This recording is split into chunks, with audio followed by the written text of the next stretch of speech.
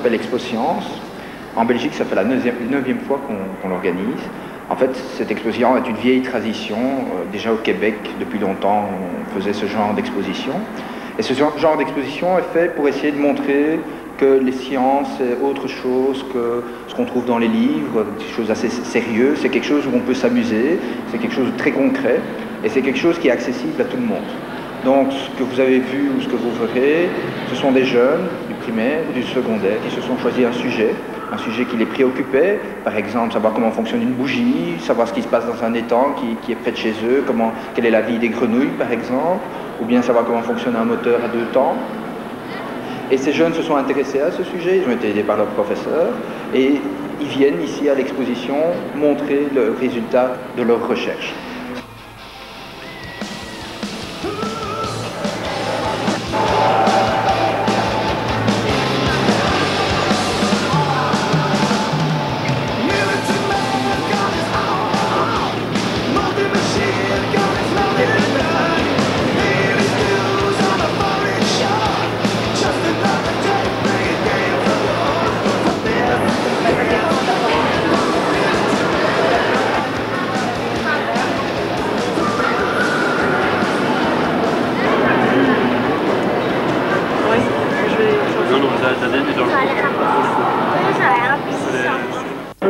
Alors ce que je fais, je prends un petit morceau de thymus.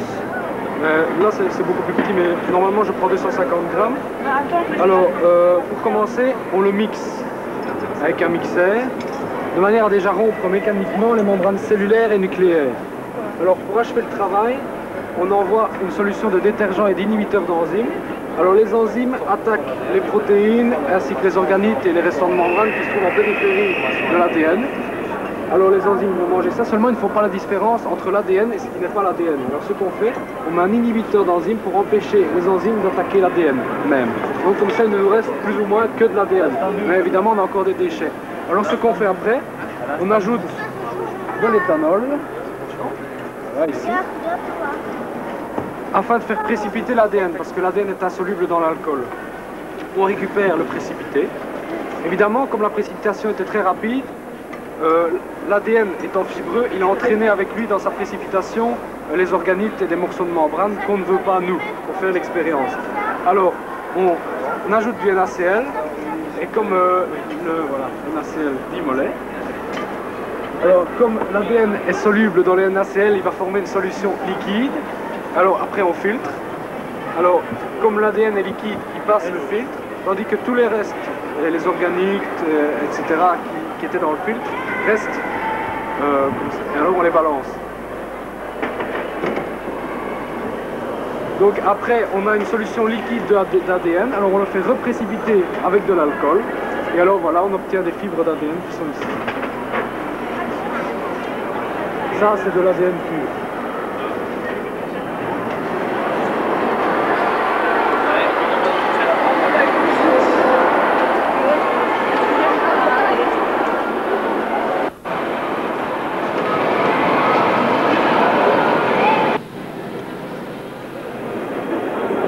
Erol, tu as 18 ans. Est-ce que c'est la première fois que tu viens ici? Oui, c'est la première année qu'on tient un stand. J'étais venu l'année dernière en fait visiter le stand, voir un peu ce qui se passait. Et c'est la première année qu'on décide avec deux copains de venir tenir un stand ici.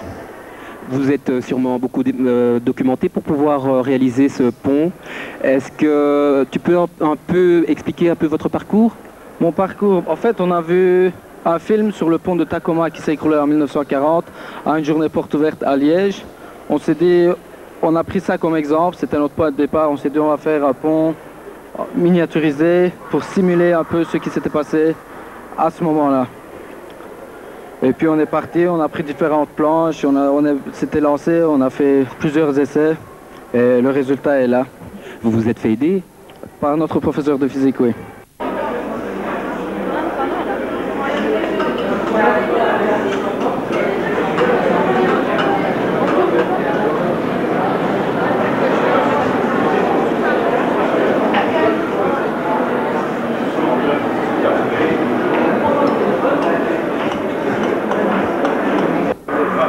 Ça va bon, monsieur 26, c'est bon. Venez, tout. 16. Attendez là, ça c'est pas Le frein. quand tu vois le truc rouge.